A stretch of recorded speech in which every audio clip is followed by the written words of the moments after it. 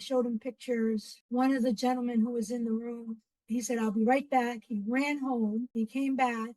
He had on this little piece of paper my grandfather's address when he first arrived in the North End of Boston. When that happened, it was 1920. So the address was a good 80 years old, 90 years old.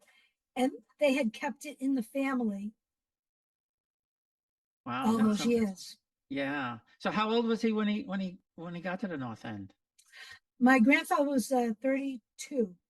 So he was pretty old when he got He was there, yeah. older. Yeah, he was older. He had he had just finished serving in the Italian army. So what towns are they from? They're from a town. We originally thought they were from a hilltop town called Trevico, and that's in southern Italy in the province of Avellino.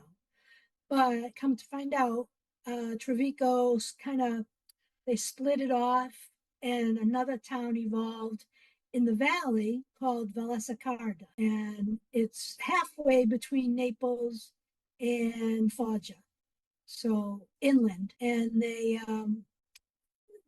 found, I found all kinds of records, birth records, marriage records for each of the parents, grandparents, and we found all kinds of information going forward. Yeah. Yeah, that's really neat.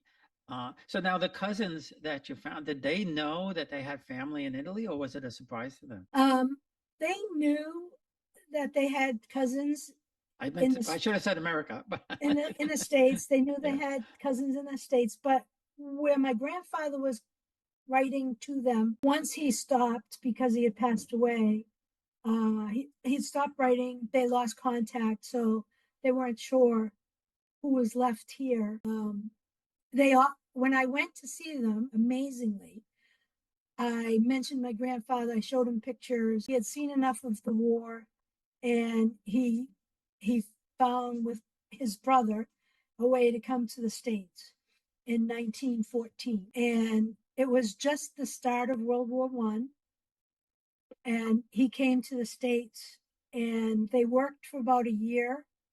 And then Italy, interestingly enough, Italy called back all of its sons and said, come back to Italy and help us fight this war. And that was where the family split.